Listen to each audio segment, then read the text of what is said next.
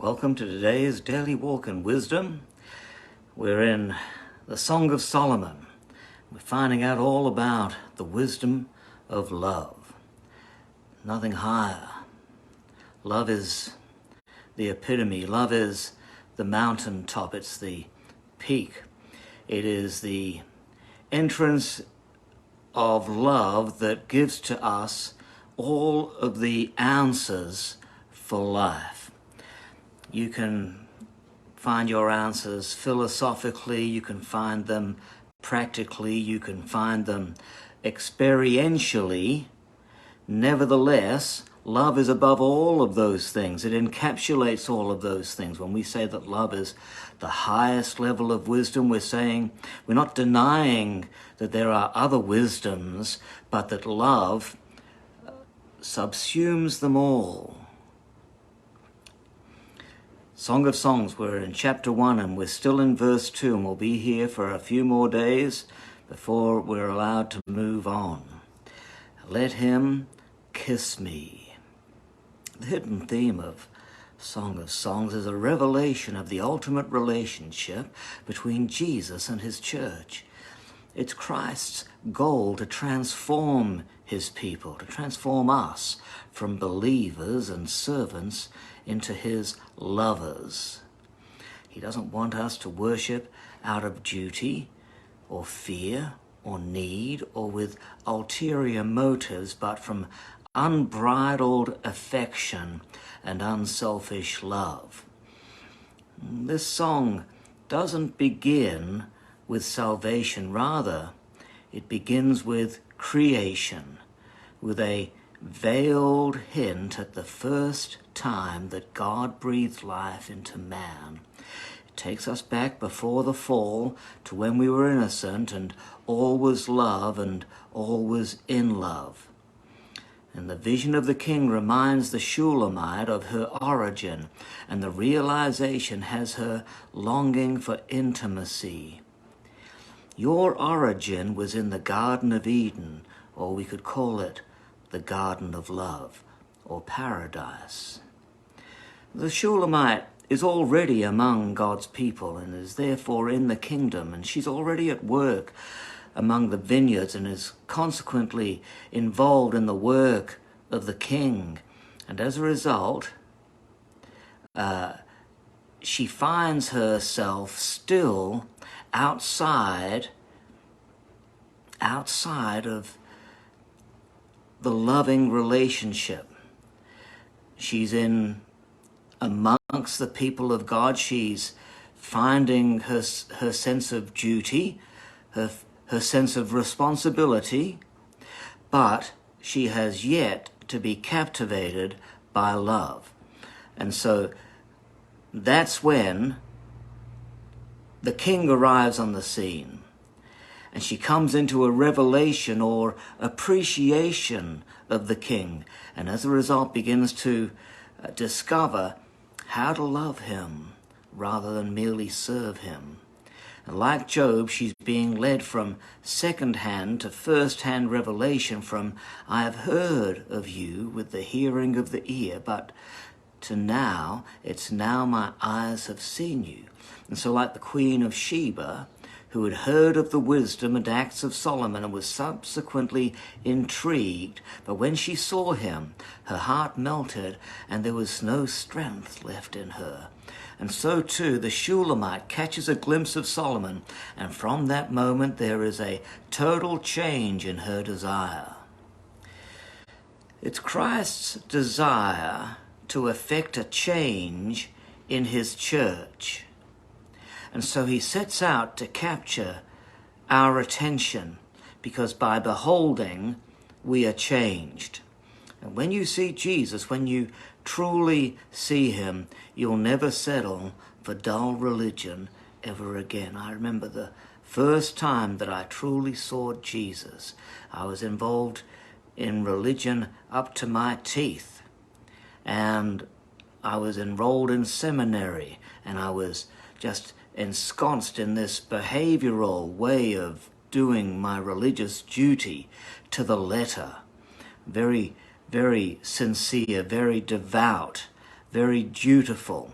But when I saw Jesus the first time, that changed me forever. And I could never go back, even at the threat of being excommunicated from my particular religion that I was in at the time. Even at the pains of being excommunicated, I could never go back to what I had in mere religion. Because I was changed. So change is a process. And real change begins on the inside. Religion will settle for exterior conformity to a prescribed pattern of activity. Religion will be content to maintain the mere appearance of doing good. But genuine Christianity is the very antithesis of such a facade. It's the difference between a platonic relationship, where we're just friends, I'm just visiting. I'm just here for a cup of tea to make sure that you're in a good place and that we're all okay together. It's the difference between that and being amorous lovers. True transformation begins with the Shulamite saying, "Let him." In other words, change begins with surrender. Love is surrender. We don't begin by doing, we begin by yielding. The walls that keep us from intimacy must come down, walls of fear and insecurity, and the doctrinal walls and the walls of failure and rules and regulations that befit a corporation but do nothing to open hearts. They must all fall to the side because they're too restrictive, too limiting. Love has no limits. And so we've got to surrender the limitations that we place upon ourselves and upon those around us, and especially the limitations that we place upon God and what we allow him to do within our hearts, because God is free. God is God. God has the freedom to do whatever he wants. Yes, but he's also given you freedom, and that freedom that he's given to you can lock him out, can shut him up, can stop his voice, can stop his love language into your soul. And so we have to let him kiss me with the kisses of his mouth. Yes. And so this all begins with surrender. Our hearts will lie to us and tell us that we're not worthy. Our hearts will lie to us and will tell us that we don't need what he has for us, that what we've got is enough, the rules, the regulations, that is all that is necessary for us to make it to heaven, that is all that we need, but it's never enough. Love is surrender. It begins with surrender and it continues through surrender.